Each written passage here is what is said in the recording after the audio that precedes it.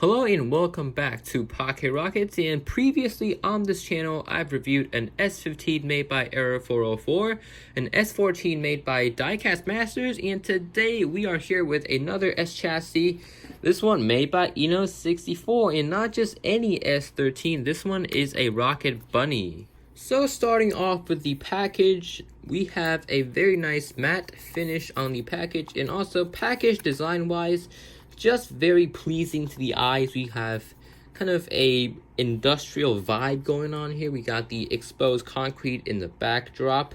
We have a nice gray package paper right here and a steel plated base for the car to stand on, which is pretty nice. And also for this package, a little special feature is we have a bit of chrome going on throughout the accents of the package, and I think this just kind of ups the package's game a little bit, don't you think? Also on the front here, Inno64 and 164 is accented in chrome. So moving on to the car, and this one does not come with any extra decals or wheels because, well, then it didn't come with the car. And some Inno64 cars will come with extra decals or wheels, and this one does not have it because, check behind here, nothing.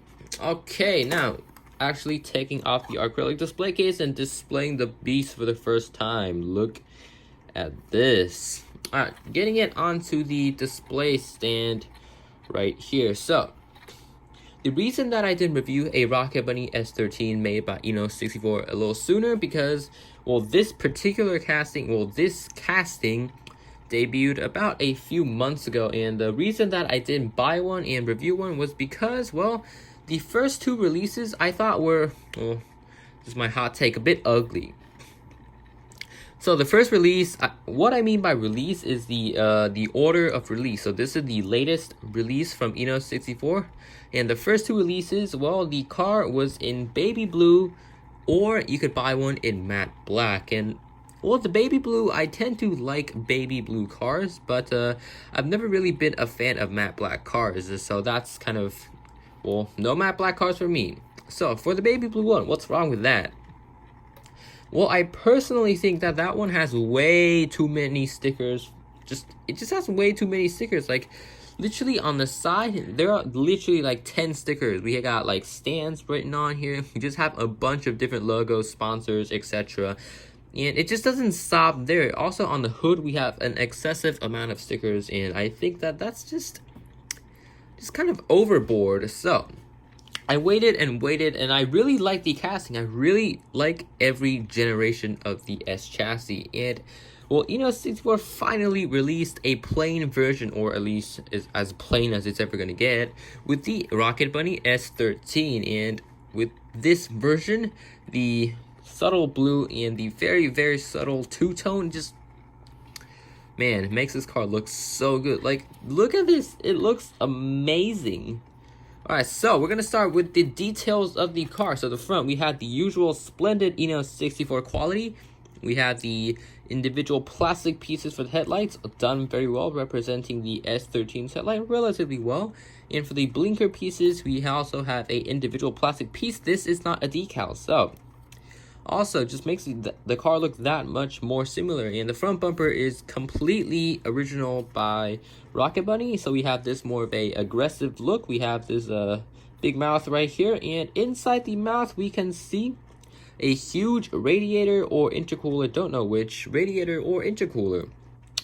And we have the mounts, the radiator itself, or the intercooler, just detailed in very nice fashion. So I don't know if you guys can see this, but inside the grille of the car, in the center right there, you can see some very, very subtle lines. That is the radiator. Is actually a big piece behind the face of the car, so it's actually extending from the bottom of the car to the top. And I'm actually going to use this screwdriver to point out. So the radiator starts from down here and kind of goes all the way up here to also back there. So yeah, that's pretty cool. And also we have a little side vent holes right there. I think these are for the lights, but we don't have any plastic pieces, so I'm just assuming that it's just metal. Right, moving on to the side is where pretty much my only concern of the car, my only kind of problem with the car rises. Well, the problem is that this thing does not roll. Nope, does not roll. This is a completely static model. It will not roll right off the bat. So yeah, that's just kind of a little bummer for me because I like my minis rolling. Like pretty much all cars that I have, I made it to roll. Like this Inno64, I did adjust it personally to make it roll. Check it out, rolls like a charm. And also this Hobby Japan Subaru STI also rolls relatively good. So yeah, I do have I do adjust cars to make them roll, but yeah, just kind of come on, make them roll. But yeah, I do think that the ability to not roll kind of makes the car has this really good stance with the wheel just right on the fender. Very good stance of the car. Looks very good, actually. So, moving on to the wheels, we have the signature Watanabe wheels. We got the 8-spoke right there. This wheel is pretty much an iconic JDM wheel, and I have pretty much no complaints for the wheel. We have some tire lettering on here. We got Nitto. And inside the wheels are also some golden brake calipers. Can't really see it from here. There we go. Yeah, check it out. We got some brake calipers inside as well. So moving on, the top of the car, basically no events. We got the stock hood and a pretty plain roof as well. And yeah, check this out. The paint is actually really shiny. I think the best thing about Inno64 is that their cars don't blister. Like the paint just stays in tippy-toppy shape. And check it out. Very smooth finish. Pretty much no big problems with the paint. Right, so moving on side right here, this is where the wide body starts. Kind of right here, and also continuing the two-tone throughout the side of the car. We have some decals here and there, but I think they're acceptable. And moving on to the rear is where we have a more wilder wide body with some nuts and bolts and stuff, and that looks also pretty good. And just look at the overall stance of the car, the overall profile of the cars, kind of from a bird's eye view. This wide body doesn't make the car look too fat. Like some wide bodies, they just make the car look a bit unproportionately fat. Like the car makes it look too short, but no, this one just does it. It still has that nice sort of slender feel. So yeah, that's nice. Right, moving on to the rear, we have the S13 rear lights. So we have silver on top, red at the bottom, very well represented by Inno64. And if I cover the light a bit, you can see for the rear ducktail wing, we do have some decals for representing the bolts. So that's a nice touch, and also on top of here as well. And this is a license plate that is actually crafted using a individual piece of metal, so that's really nice. We got the Rocket Bunny logo on top and some blue tip exhausts. I feel like these are kind of over the times, but we could always adjust that. So this review is going on a bit too long, so I'm just gonna quickly do the interior and do the outro. So the interior wise, we do have, I think, some gauges and a pretty nice roll bar right there. We do have 2 seats, so this is not a full-blown race car.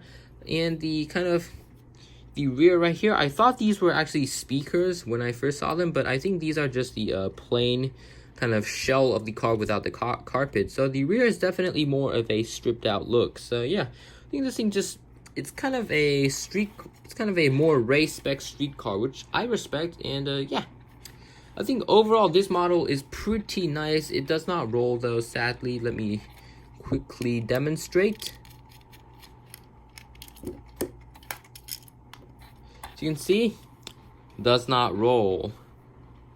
Nope, tire stays in the same place. But yeah, I think this is definitely a model that is worth buying. We have excellent details. The paint is amazing.